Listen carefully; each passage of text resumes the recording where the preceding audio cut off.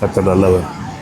கர்த்தருடைய பிள்ளைங்க எப்போதுமே ஒரு விஷயத்தை மனசில் வச்சுக்கணும். கர்த்தர் நல்லவர்.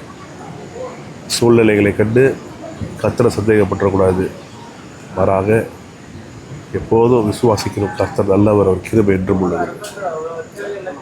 எப்போதும் அவர் நமக்கு நன்மைகளை மட்டும்தான் செய்கிறார்.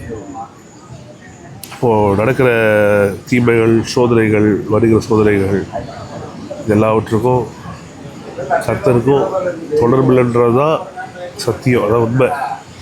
ஆனால் நிறைய நேரத்தில் இதை அறிந்து கொள்வதற்கும் ஒத்துக்கொள்வதற்கும் மனசு மறுக்குது.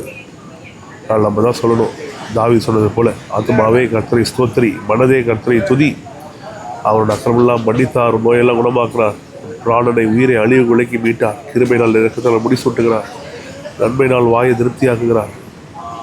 ஆகவே துதி, கழுகு சமானமாக ஒரு வாயை திரும்ப வாழ வைத்து போல் ஆகுது. இதெல்லாம் திரும்பி திரும்பி சொல்ல வேண்டியது அவசியமாக இருக்குது. நடக்கிற காரியங்கள், சென்று கொண்டிருக்கிற சவால்கள், சபையில் பார்க்கிற காரியங்கள், ஊழியத்தில் பார்க்கிற சவால்கள், இது எல்லாவற்றிலும் ஒன்று தான் நம்ம மனதை ஸ்ட்ராங்காக ஃபிக்ஸ் பண்ணிக்கணும்.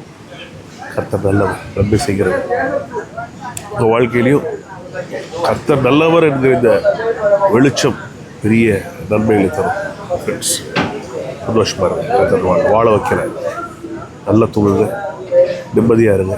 எல்லாவற்றையும் மாற்ற அவர் உள்ளவராக இருக்கார். Good night.